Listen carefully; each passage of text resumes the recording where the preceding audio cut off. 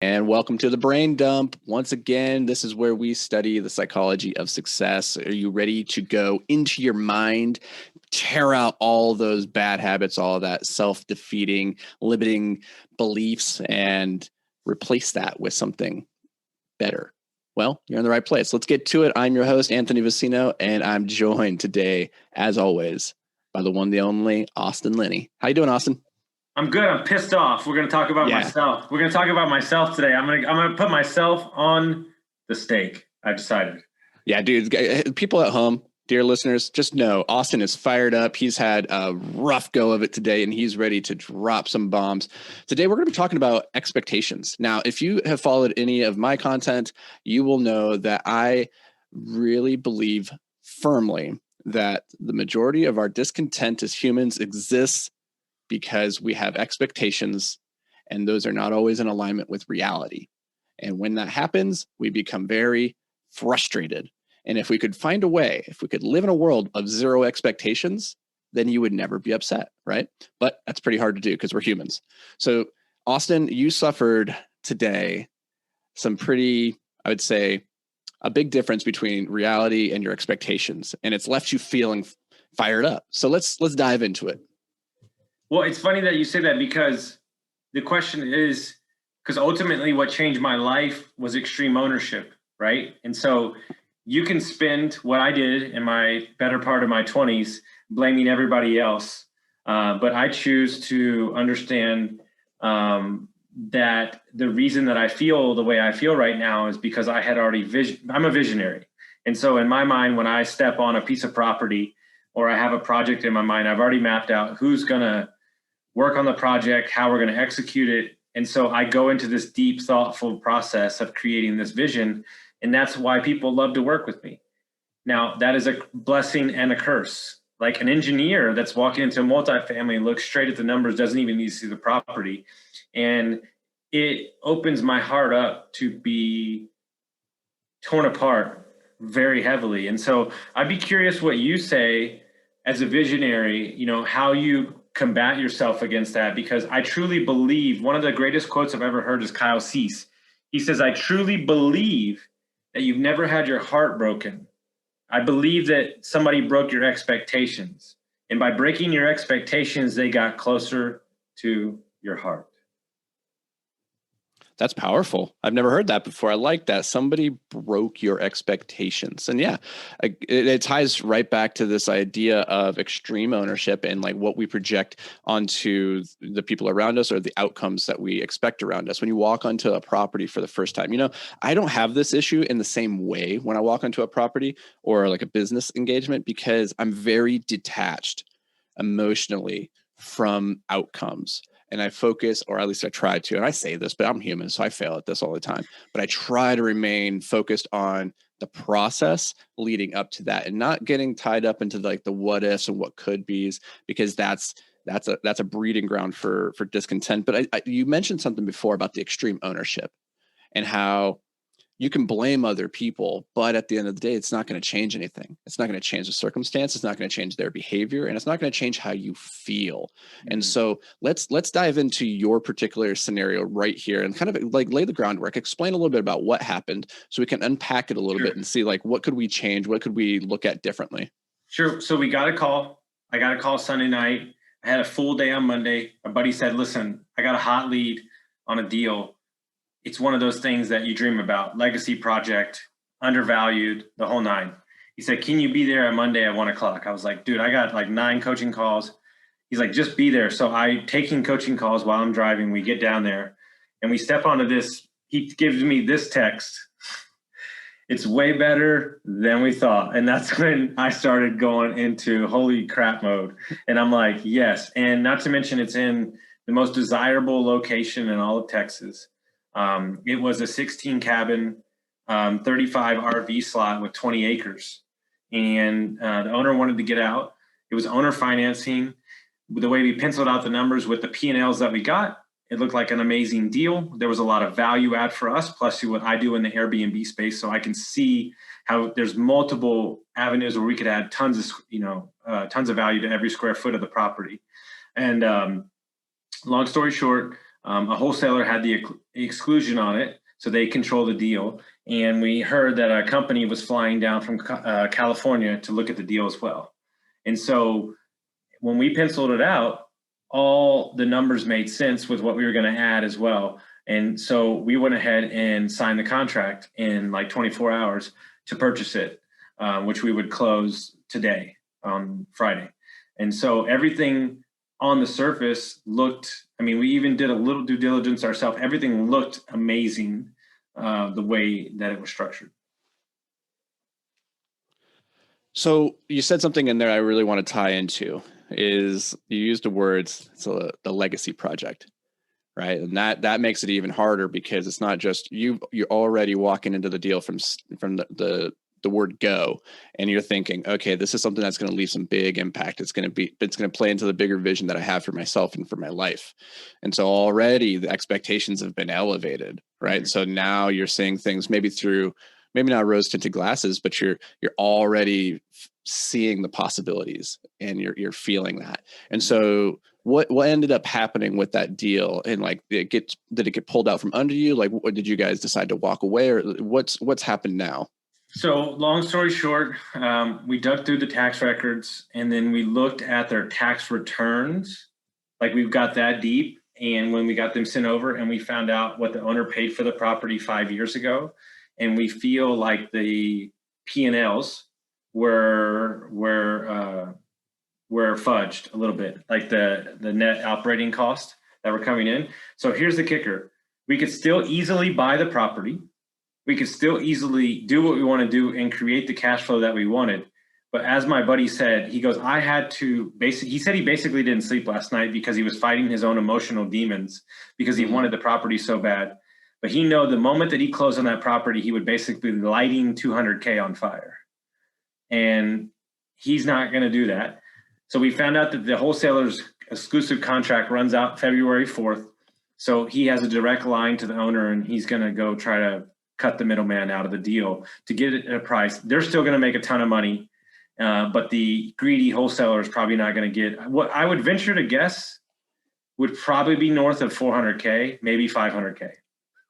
On a deal total size of that was like, if I remember right, it was like 1.5. It was 1.4. 1.4. So I think they probably sold it to the owner for somewhere around $900 to $1 million. At $1 million, this deal is it's a steal. Yeah, we're paying 1.4.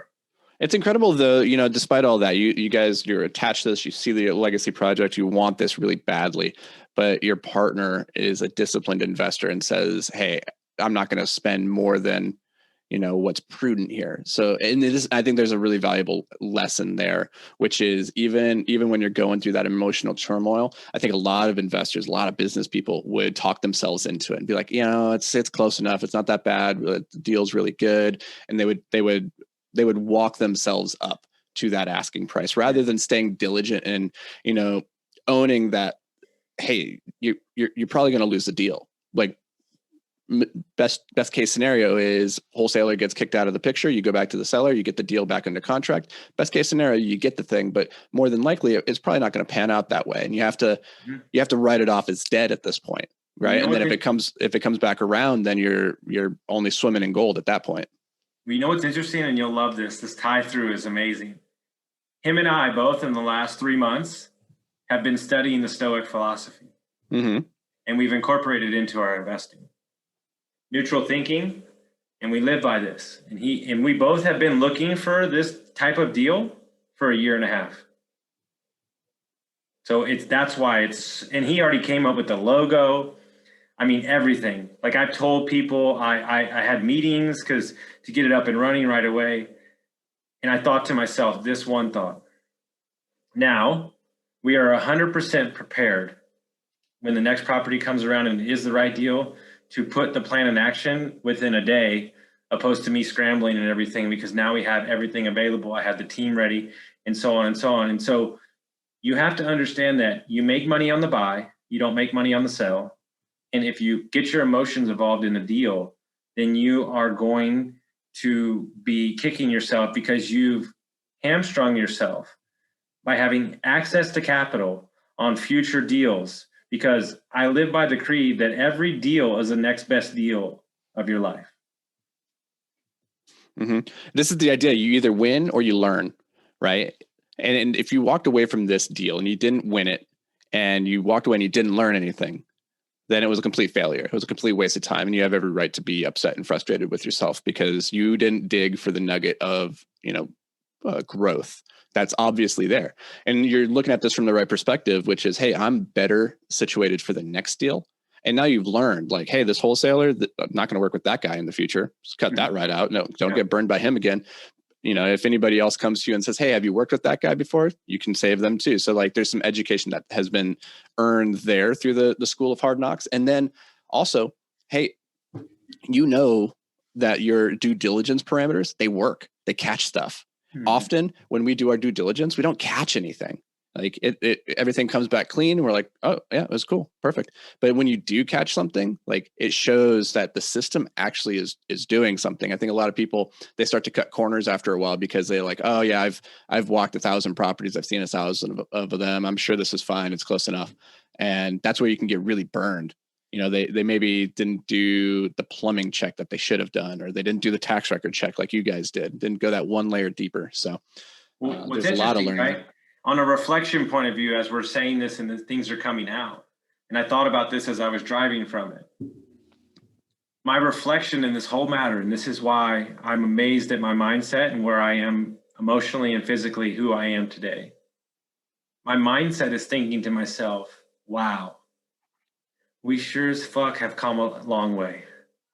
When a year ago, I would have been torn up for a week. A year ago, I would have never been able to even take on a deal like this. A year ago, somebody wouldn't have gave me part of a deal with not putting any money in because they trust me so much. A year ago, I wouldn't have 7 other projects going on where this deal is really not that big of a deal. And so my reflection is like, man, we've come a long way. And I've got enough lines in the water that when the right deal comes around, we'll be ready to pull the trigger. Think about that. Isn't that crazy how expectations grow as alongside your competency and like where you are? Just thinking back 2 years ago, like you could never have done this deal, right? And so there would have been nothing to be upset about. You would have gone into it and you'd been overwhelmed from the beginning and you probably wouldn't have been able to close it. And then, that would have been that. But now here you are and you're like, oh, we were so close to the finish line. And now I'm frustrated because we couldn't get it across because your competency is that much higher. But I think it's a good perspective whenever our expectations are not met, whether that's through a relationship, another person, or it's through a business and venture, for whatever reason, when our expectation isn't met, to take that moment to reflect on why was our expectation set where it was? Is that a realistic expectation? Is, in your case, yeah, it's realistic that you guys could have taken down this deal, but at the end of the day, I think it's really cool that your better angels won out in terms of being a disciplined investor. Because you had that set to a higher expectation of like your vision for who you were and what type of investors that you guys are, rather than the dopamine that you would have gotten from closing that one deal, right? Because it's really easy sometimes to say, we're pretty disciplined, but we can kind of fudge it a little bit here. Well, it's interesting. You make me really dig deep there for a minute. What's ultimately happened as I look back on my alcoholic self is the expectations of who I am today and who I choose to be and choose to be in my future. Has nothing to do with external expectations of who I should be.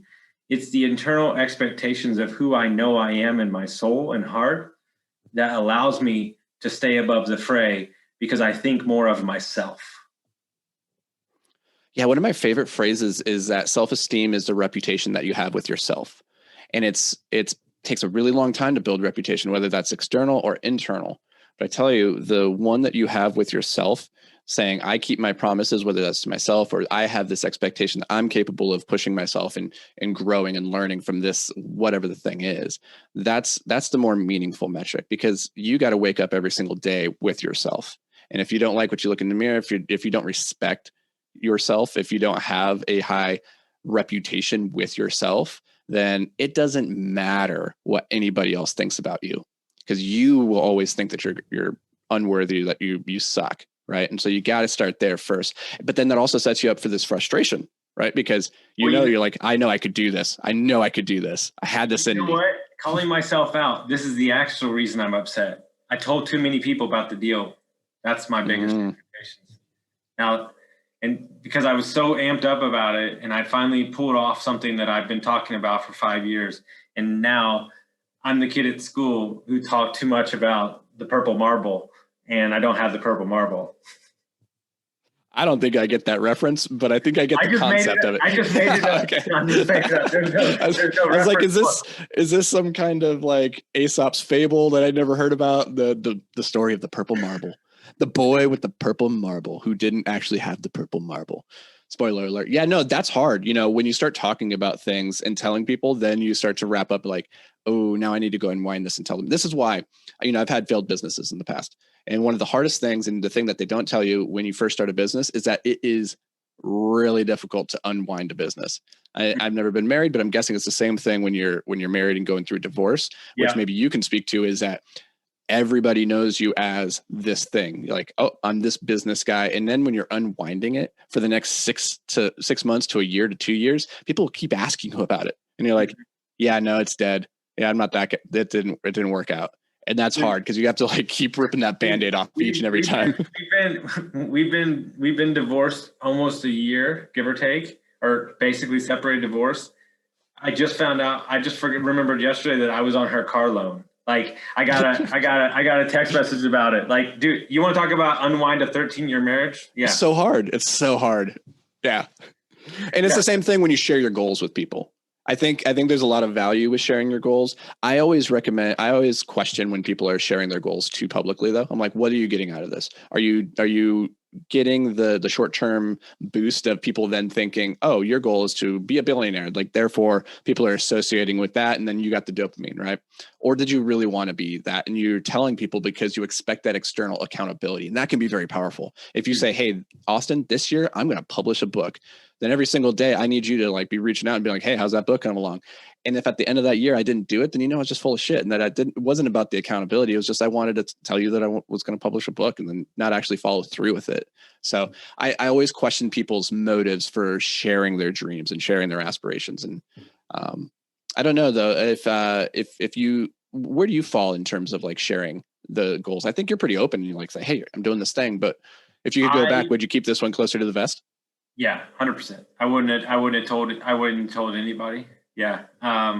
There's a delicate dance towards pushing your brand in having a vision where people position you as somebody that does this and getting them excited, kind of on the hook. And there's also you looking like an asshole. Yeah.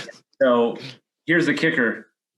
I'm had such a crazy life of meth addiction and alcoholism that I'm willing to look like a fool because everybody that knows me and knows me at my core knows my heart's in the right place.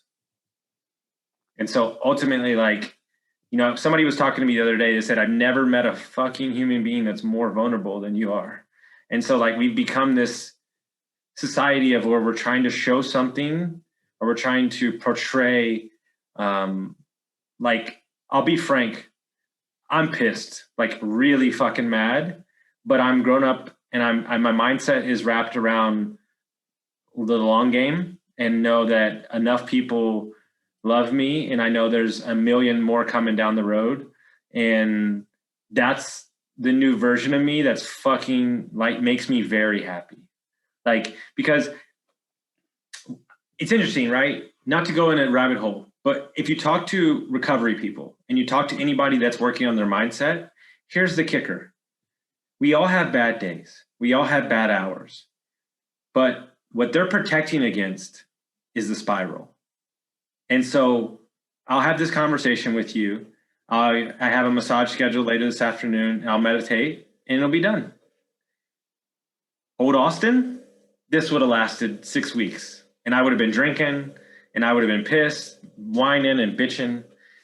So now the spiral is like an hour and I'm over it. And so I think that's where, when the mindset works, right? That's where it's amazing. People that have $1 billion have a bad day. Yeah. Like, but they can pick back up the next day and just chalk it up to we're going to get after it again. And I think that's a really good place for us to wrap this episode up. Is I challenge you listeners at home, because I like to make things tactical, give you something to walk away with. I challenge you right now to think about what's going on in your life. in just a macro sense? What are you happy about? What are you disappointed with? Do you have some frustrations? And pinpoint those frustrations, those areas of your life where something's not quite right. And I challenge you to look at that and say, okay, what was my expectation? Is that a contributing factor here? That if I had a different expectation of the outcome or the behavior from this other person or whatever, would my state of mind, my feelings on this be different? And quite often, if you just tweak that expectation, or at least acknowledge and say, hey, my expectation, that's what's getting me into trouble here. That's the first step towards unwinding that and realigning with this idea that if we can detach ourselves from expectations, both external and internal, life gets pretty good. Thanks. Love it. All right. So we'll catch you guys at the next episode of Brain Dump. Make sure you go leave a review. Otherwise, I'm going to be real sad.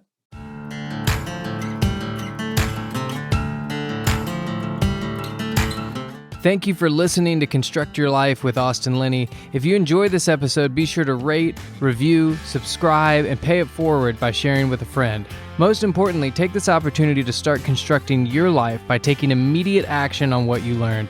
For show notes, resources, and more information on one-on-one coaching with Austin, visit constructyourlifepodcast.com.